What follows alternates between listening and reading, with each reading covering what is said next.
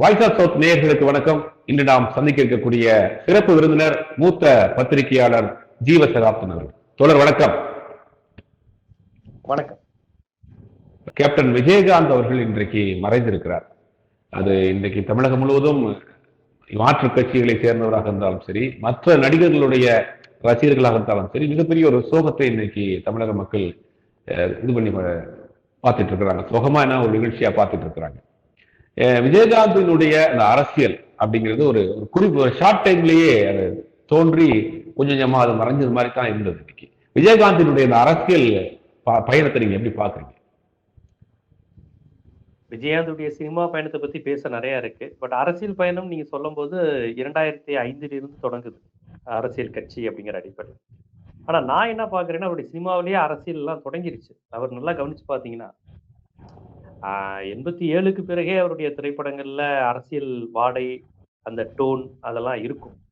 அரசியல்வாதிகளை எதிர்ப்பது. ஏன்னா அதற்கு முன்பு வரை ஒரு ஒடுக்கப்பட்ட தோழனாக, உரிமை மறுக்கப்பட்ட ஒரு பட்டறை தொழிலாளியாக, தொழிலாளர்களுக்காக பாடுபடக்கூடிய ஒரு கம்யூனிஸ்டாக, ஒரு தலித் கேரக்டர் இந்த மாதிரி நடிச்சார் 80களின் தொடக்கத்தில்.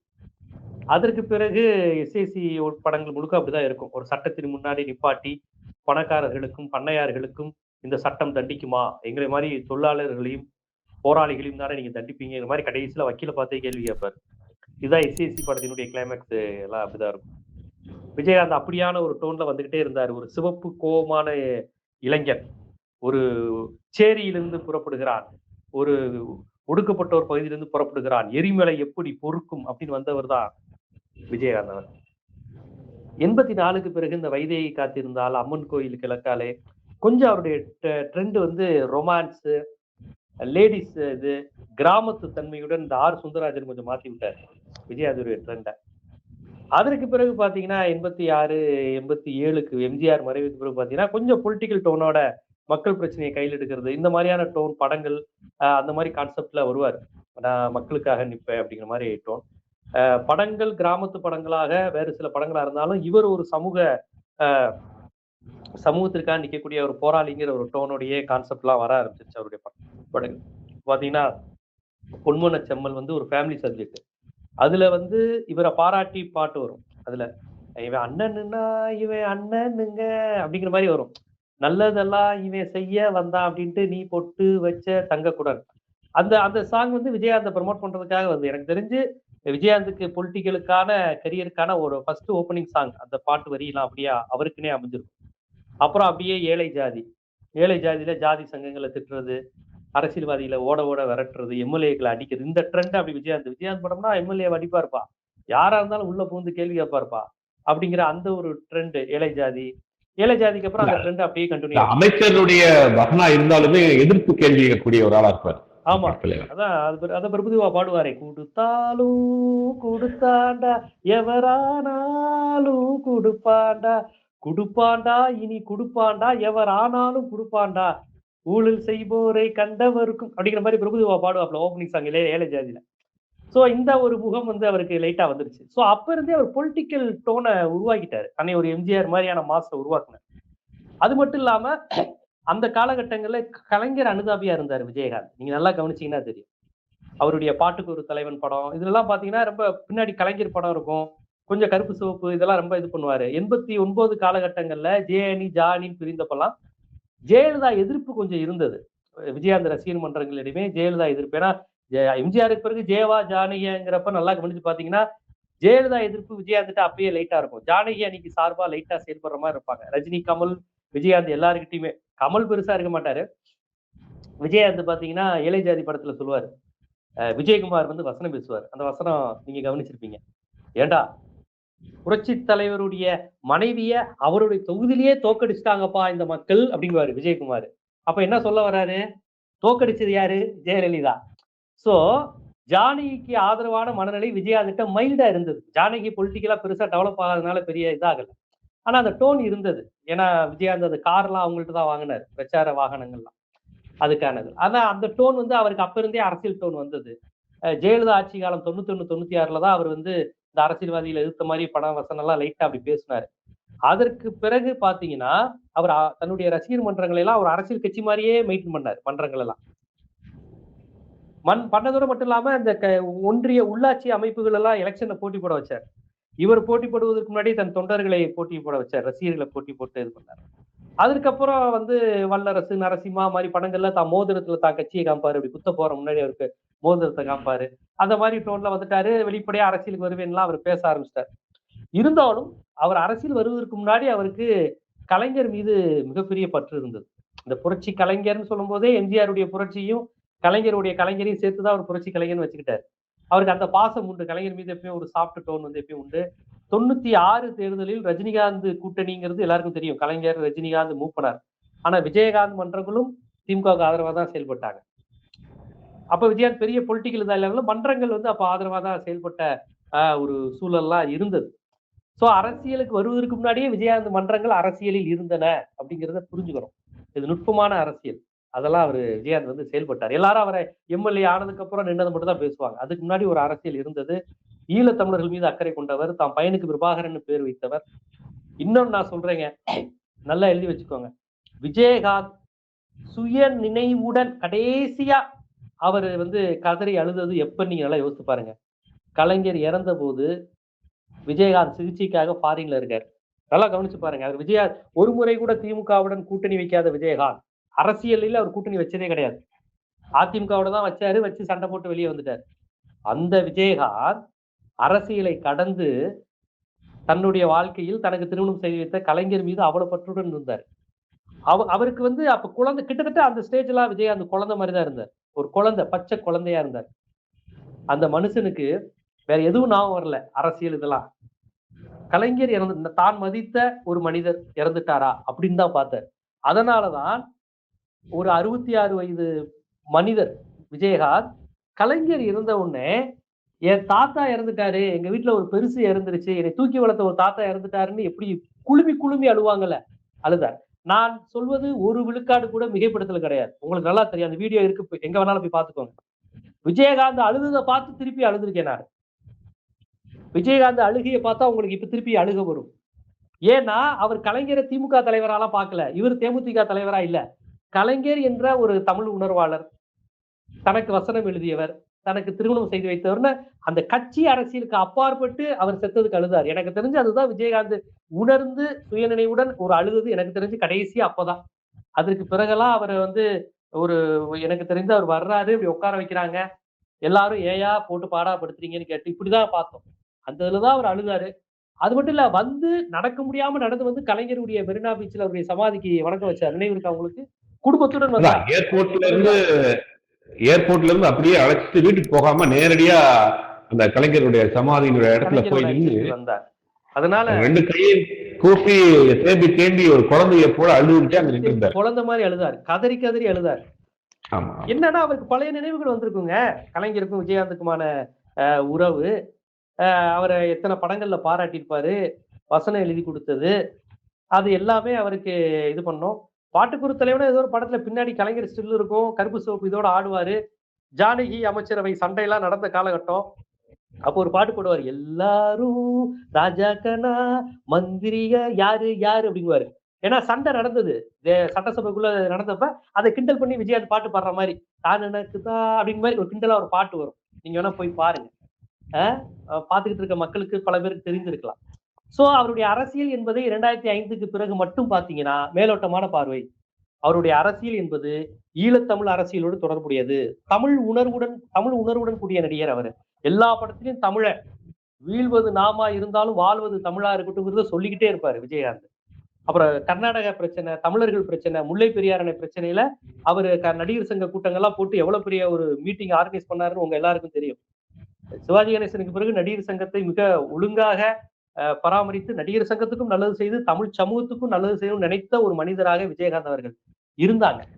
சோ அவருடைய அரசியல் என்பதை நான் வெறுமனே அவர் ஒரு சீட்டு வாங்கினாரு, 2 சீட்ல தோத்துட்டாரு, விஜயகாந்த் ஜெயலலிதாட்ட போனாரு, மக்கள் கூட்டிட்டு முடிச்சு அம்பையில் ஆயிட்டாரு, அவ்வளவுதான். இது வந்து எல்லாருக்கும் தெரியுங்க. அதை மட்டும் நான் அரசியலா பார்க்கல. அரசியல் என்பது வாக்கரசியலை தாண்டி தமிழ் சமூகத்தை அவர் நேசித்தது. அவருக்கு இருந்த தமிழ் சமூகத்தை நேசித்ததுன்னு சொல்றதுக்கு முன்னாடி அவர் வந்து இதுவரைக்கும் மாற்று மொழி படத்திலையும் நடிச்சதே இல்லை. தமிழ் படத்தை தவிர எந்த மொழி படத்திலையும் நடிச்சது. அவருக்கு வாய்ப்பு வந்தது. தெலுங்கு படத்தில் விஜயகாந்துக்கு நல்ல மார்க்கெட்டு. ஏன்னா இவருடைய படங்கள் எல்லாமே சீரஞ்சீவி படம், அந்த நாகார்ஜுனா படம் மாதிரியே இருக்கும். ஏன்னா ஒரே பேட்டர்ன் தானே. தெலுங்கு படம்னா என்னது, ஃபைட்டு தானே. தெலுங்கு படம்னாலே என்னது, லாஜிக்கே இருக்காது, ஃபைட்டு இதுல. விஜயகாந்த் படமும் என்ன, ஃபைட்டு தானே பிரதானம். அப்புறமே இவர் பேட்டர்ன், இவருடைய விஜயகாந்த் டப்பிங் படம் இருக்குல்ல, இவர் நடிக்க மாட்டாரு, அதை அப்படியே தெலுங்குல போடுவாங்களாம். அது பயங்கரமா பார்ப்பாங்களாம் தெலுங்கு ரசிகர்கள். ஏ அப்பா, ஏ சூப்பர் சூப்பர் காரு அப்படிங்குவாங்களாம். ஆனா இவங்க சொல்லியிருக்காங்க, தெலுங்கு டிஸ்ட்ரிபியூட்டர் எல்லாம் வந்து கேட்டிருக்காங்க, தலைவா நீங்க ஒரு படம் நடிச்சீங்கன்னா ஒரு மார்க்கெட் இருக்கு தலைவா, உங்க பேசு வெளியே தெலுங்குலயும் ஓடுங்கிறப்ப தமிழ் மொழியை தவிர வேற எந்த படத்தில் நடிக்க மாட்டேன் என்று உறுதியாக இருந்து விட்டார். அவருக்கு வீர விளைஞ்ச மண்ணுன்னு ஒரு படம் தமிழ்ல, அந்த படம் சரியா போகல. கஸ்தூரி ராஜா டைரக்ஷன் பண்ண படம், விஜயகாந்த் அவர்கள் நடிச்ச படம். தமிழ்ல அந்த படம் சரியா போல, தெலுங்குல அந்த படம் சூப்பர் டூப்பர் ஹிட். அந்த அளவுக்கு தெலுங்கு ஆடியன்ஸ் விஜயகாந்த் கொண்டாடினாங்க. ஆனா நடிக்கவே இல்லை, கடைசி தெலுங்கு படங்கள் நடிக்கல, மலையாள படங்கள் நடிக்க மாட்டேன்ட்டாரு. அது எனக்கு வேணான்ட்டார். எனக்கு தமிழ் மொழி, நான் தமிழ் தான் எனக்கு தெரியும், வேற மொழி எனக்கு வேணாம் அப்படின்ட்டு அதுல உறுதியாக இருந்தார். விஸ்வநாதன் ராமமூர்த்தின்னு ஒரு ராம்கி படம், ராம்கி விவேக் தான் ஹீரோ. அதுல விவேக் வந்து விஜயகாந்த் ஒரு பேட்டி எடுக்கிற மாதிரி ஒரு சீன். அதுல இந்த கேள்வியை கேட்பாங்க, நீங்க ஏன் வேற மொழி படங்கள்ல நடிக்கல அப்படி இப்படின்னா, நான் மற்ற மொழியினரை இழிவா பேசல, நமக்கு நம்ம தமிழன் தானே, நம்ம தமிழ்ல பேசுவோம், நீயும் தமிழ்ல பேசு, எதுக்கு இங்கிலீஷ்ல பேசுற அப்படிங்குவாரு. அப்பதான் அவர் சொல்லுவாரு, ஆங்கிலம்ங்கிறது நான் போட்டுட்டு பாக்குற கண்ணாடி மாதிரி இந்த உலகத்தை, ஆங்கிலம்ங்கிறது ஒரு கண்ணாடி ஸ்டைலா நான் போட்டுக்குவேன், ஆனா தமிழ்ங்கிறது பார்வை மாதிரி, என்னுடைய கண்ணே தமிழ் தான் அப்படிங்கிற மாதிரி டைலாக் பேசுவாரு. விவேக் தலைவா சூப்பர் தலைவா அப்படிங்குவாரு. சாப்பிட்டு போங்குவாரு. ஐயோ இந்த பண்பு தான் தலைவா எம்ஜிஆர் இருந்து அப்படியே வந்துச்சு அப்படின்னு விவேக் ஏதோ கமெண்ட் பண்ற மாதிரி ஒரு சீன் மட்டும் வந்துட்டு போவார். இல்ல அந்த படத்துல கூடுதல் தகவல் ஒண்ணு இருக்கு. அந்த விஸ்வநாதன் ராமமூர்த்தி படம் ராமநாராயண் டைரக்ட் பண்றாரு. விவேக் வந்து அந்த படத்துல வந்து விவேக் வந்து டைரக்டர் ஆகுறாரு. அதுல கதை சொல்லக்கூடிய ஒரு கேரக்டருக்கு ஒரு ஒரு பெரிய ஆர்டிஸ்ட் இருந்தா நல்லா இருக்கும் அப்படின்னு நினைக்கிறாங்க. அப்ப விவேக் வந்து தமிழ்நாட்டில் இருக்கக்கூடிய ஒரு உச்ச நட்சத்திர நடிகர், பேர் சொல்ல வேணாம், அவர்கிட்ட அணுகிறாரு. அவர் சரியா ரெஸ்பான்ஸ் பண்ணல. ஆனா அதே நேரத்துல விஜயகாந்த் வந்து விவேக் கேட்டிருக்காரு, இந்த மாதிரி ஒரு சீன் இருக்கு, ஒரே ஒரு சீன் அப்படின்னு வந்து எடுத்துக்கிறதுல என்ன இருக்கு அப்படின்றாங்க. அந்த உயர்ந்த பண்பு சொல்லுங்க. இல்ல விஜயகாந்தை பற்றி இன்னொன்னு, புதிய இயக்குநர்களுக்கு வாழ்க்கை தரணும்னு நினைத்தவர். பல புதிய இயக்குநர்கள் 30-40க்கு மேல இயக்குநர்களை அறிமுகப்படுத்தியவர் அவர் தான். அதுல பல படம் ஃபெயிலியர் ஆயிருக்கு, பல படம் ஓடல, நிறைய படங்கள்லாம் தெரியும். ஆனா அவர் கொடுத்துக்கிட்டே இருப்பாரா, சரி வரட்டும், அந்த பையனுக்கு யாருதான் வாழ்க்கை தருவா. ஒரு விஜயாந்த் படம்னா அந்த பேனர் வச்சு அடுத்த படம் ஏதாவது சம்பாதிச்சு போறா வாப்பா அப்படின்னாரு. ஏன் நடிகர் விஜய்க்கு வாழ்க்கை தந்தது யாரு? இன்னைக்கு உள்ள நடிகர்களுக்கு தெரியாம இருக்கலாம். செந்தூர பாண்டின்னு ஒரு படத்துல வம்படியா டைலாக், நான் செந்தூர பாண்டி தம்பி, நான் செந்தூர பாண்டி தம்பி டைலாக் பேச வச்சு விஜய்க்கு ஃபைட் சீன் கொடுத்து விஜயாந்த் வேடிக்கை பார்ப்பாரு அந்த படத்துல. அப்ப வளர்த்து விடுறாரு தன்னுடைய ரசிகர்கிட்ட, நம்ம தம்பி தான்ப்பா பார்த்து செய்யுங்க அப்படின்னு. அந்த ஓப்பனிங்ல சொல்லுவாரு, அந்த படத்தோட ஓப்பனிங்ல மாலை போட்டு விஜயகாந்த் தான் எனக்கு எல்லாம் தரணும் அப்படின்னு. உங்களுக்கு தெரியுமா, இந்த மாதிரி படங்களுக்கு விஜயகாந்த் சம்பளம் வாங்குறது கிடையாது, பண்றது நட்புக்காக பண்றது. படம் எடுத்துக்கிட்டு இருக்கும் போது படம் எடுக்கிறதுல சிக்கல் ஆயிடுச்சுன்னா இவர் பணம் போட்டு தருவாராம். படம் ஓடினாலும் ஓடலைனாலும் மீதி சம்பளத்தை வாங்க மாட்டாராம். சரி விடு, அவனே கஷ்டப்பட்டு எடுக்கிறான் விடு. இந்த மாதிரி அவர் விட்டு கொடுத்தது ஏராளமா. சில பேர்லாம் டப்பிங் வர மாட்டேன்னு சொல்லிடுவாங்களா பல நடிகர்லாம். வாட் இஸ் திஸ், சம்பளம் வாங்கிலாம் நான் டப்பிங், நீ வேறைய பாத்துக்கோ அப்படின்ட்டு வாங்கலாம். யாரு பழகுன டைரக்டர்கிட்ட, ஒண்ணு மண்ணா பழகுன டைரக்டர்கிட்டயே டப்பிங் பேச வர மாட்டேன், மீதி 50 லட்சத்தை வைப்பா, 1 லட்சம் 2 லட்சம் இருந்தா கூட விட்டு வைக்க மாட்டாங்களாம். ஆனா விஜயகாந்த் பல படங்கள் இன்னைக்கு. ஆமா, ஆனா விஜயகாந்த் வந்து புது டைரக்டர் யாருன்னே தெரியலனா கூட, எப்பா சரி விடுப்பா, அவனே கஷ்டப்பட்டு எடுத்திருக்கான், சரி தம்பி நல்லா பண்ணுப்பா அப்படி போயிடுவாராம். அதனாலதான் விஜயகாந்த் எல்லாரும் வணங்குறாங்க போட்டுறாங்கன்னா இதுதான். விட்டு கொடுத்துருக்காரு, நிறைய விட்டு கொடுத்துருக்காரு.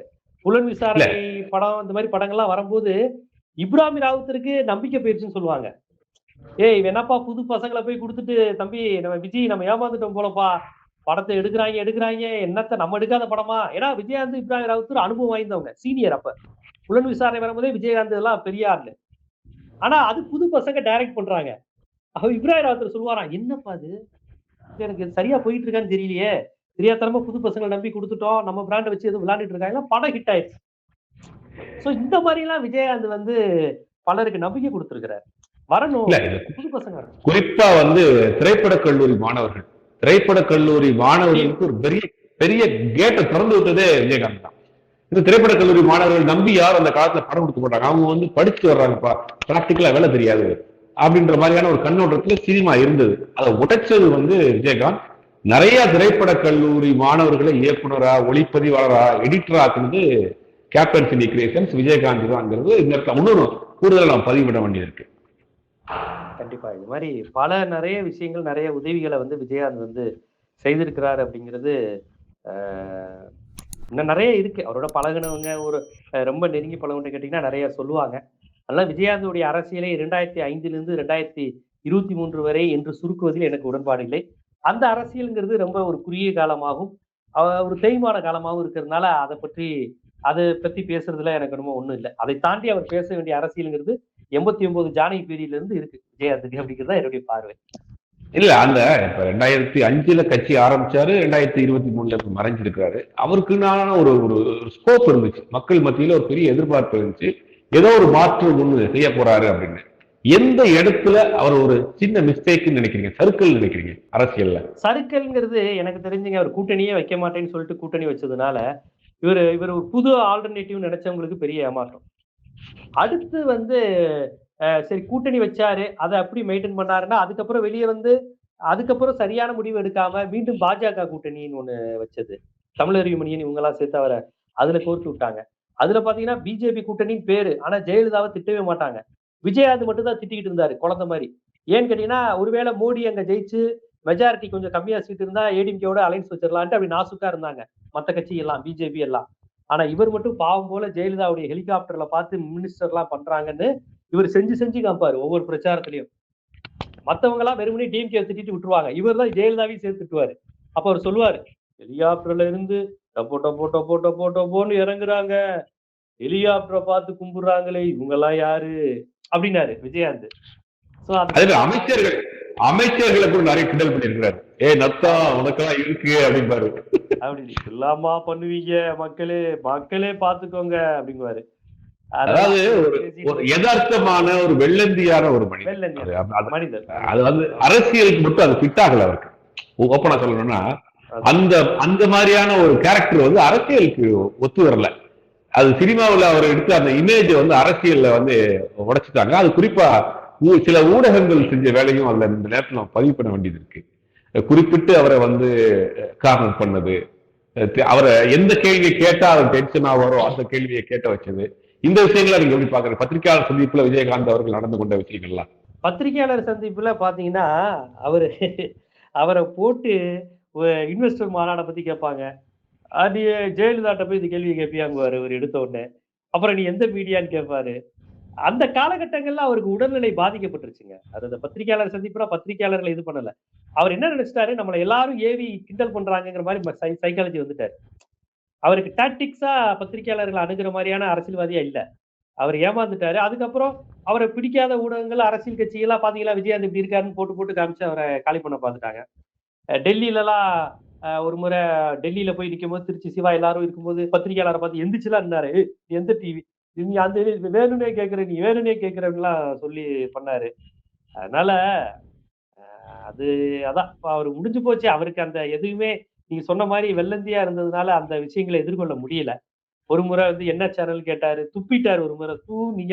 நீங்களா அங்க போய் கேட்க மாட்டீங்க, இங்க வருவீங்களே அப்படிங்குவாரு.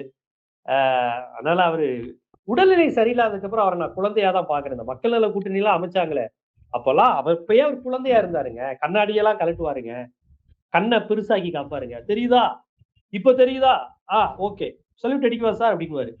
நான்லாம் அப்பயே சொன்னேன், பாரு இவரு எப்படி இருந்த மனுஷன், எவ்வளவு கண்ணீர் இருந்தவரு. இப்படியே அவர் பார்க்காத கேமராவா சார், அவர் பார்க்காத கேமராவா நம்ம பார்த்துட்டு போறோம்?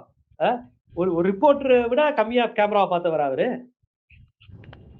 அவ்வளவு பெரிய அனுபவம் வாய்ந்த. ஆமா, அவர் அந்த காலத்திலேயே எம்ஜிஆர் ரசிகர், சிவாஜி படம் பார்த்தவரு. அவருக்கு வந்து கேமராவை பார்த்து கேமராவை இறக்கு நீ இறக்குன்னு பேசுறாருன்னா அவர் எந்த அளவுக்கு குழந்தை ஆயிட்டாருன்னு பாருங்க. ஒருத்தர் கேமரா எடுக்கிறா, லைட் படுது, ஏன் கேமரா எடுக்கிறா, இப்போ வரியா, இப்படி எடுக்கிறியா, கிட்ட வந்து எடுக்கிறியான்னு கேட்கிறாரு. இவருக்கு கேமராவை பத்தி நல்லா தெரியும், எடிட்டிங் தெரியும். அதெல்லாம் எப்படி தெரியா 30 வருஷம் ஃபீல்ட்ல இருந்திருப்பாரு. அவர் குழந்தை ஆயிட்டார் சார். அந்த நேரத்துல போய்கிட்டு மீடியா, அரசியல், கூட்டணி, இவர் தான் கூட்டணியை தீர்மானிப்பாருன்னு சொன்னாங்க பாருங்க, அதெல்லாம் பாவம் சார். அது குழந்தை இல்ல. இந்த நேரத்துல வந்து விஜயகாந்த் அவர்களை பேசுறப்ப இப்ராஹிம் ராவுத்தரையும் நம்ம போட்டுட்டு காட்டணும். ஒருவேளை இவரு அரசியல் கட்சி ஆரம்பிக்கும் பொழுது இப்ராஹிம் ராவுத்தரும் இவரும் இணக்கமாக இருந்திருந்தால் விஜயகாந்த் அவர்களுடைய அரசியல் பயணம் எப்படி இருந்திருக்கும்? இல்ல, அவர் இருந்திருந்தா இந்த மாதிரி விஷயங்கள் எல்லாத்தையும் தவிர்த்திருப்பார். செய்தியாளர் சந்திப்பையே அவர் சந்திச்சிருப்பாரு இப்ராஹிம் ராவுத்தர். அதெல்லாம் அவர் வந்து ரொம்ப கிளீனா பண்ணியிருப்பாரு. விஜயகாந்தோட நிலையை புரிஞ்சு அவரை ஓய்வெடுக்க வச்சிருப்பாரு. ஏன்னா விஜயகாந்துங்கிற நண்பனை வந்து அவரு என்ன சொல்றது, திருமணத்துக்கு முன்பு இருந்தே அவருக்கு நண்பர் அவரு. பள்ளி காலத்துல இருந்து 2 பேரும் மதுரை தெருக்களில் ஒன்னாக சுற்றி திரிந்தவர்கள்.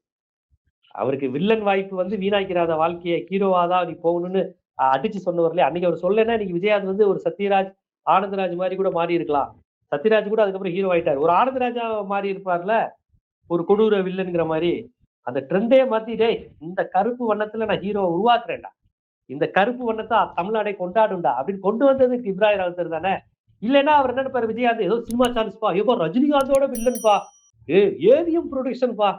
யோசிச்சு பாருங்க, 1980 விஜயகாந்துங்கிற ஒரு கனவுடன் இருந்த இளைஞனுக்கு ஏவிஎம்ல வில்லன் ஜெய்சங்கர்ங்கிற ஒரு மிகப்பெரிய நடிகருக்கு நடிக்க இருந்த வாய்ப்பு விஜயகாந்த் கிடைச்சிருக்குன்னா நம்மளே அப்படித்தானே யோசிப்போம் அந்த நேரத்துல. பெரிய சம்பளம் கூட. சம்பளம் வில்லனு ஏவிஎம். ஏவிஎம்னா சும்மாவா? ரஜினிகாந்த் வச்சு முரட்டுக்கால, தூங்காத தம்பி தூங்காதே, சகலகலா வல்லவன், எவ்வளவு படம் அது. ஏவிஎம்னாலே ஹிட்.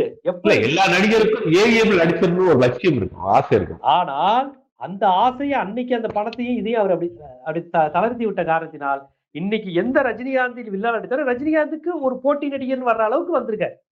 இதெல்லாம் காரணம் இப்ராஹிம் ராவுத்தர் தான். பாவம், அவரெல்லாம் பிரிந்து போனது விஜயகாந்தின் மிகப்பெரிய சோகங்க. பாவம். உங்களுடைய பொன்னான நேரத்தை ஒதுக்கி நிறைய விஷயங்கள் எங்களோட பகிர்ந்து கொண்டீர்கள். மிக்க நன்றி.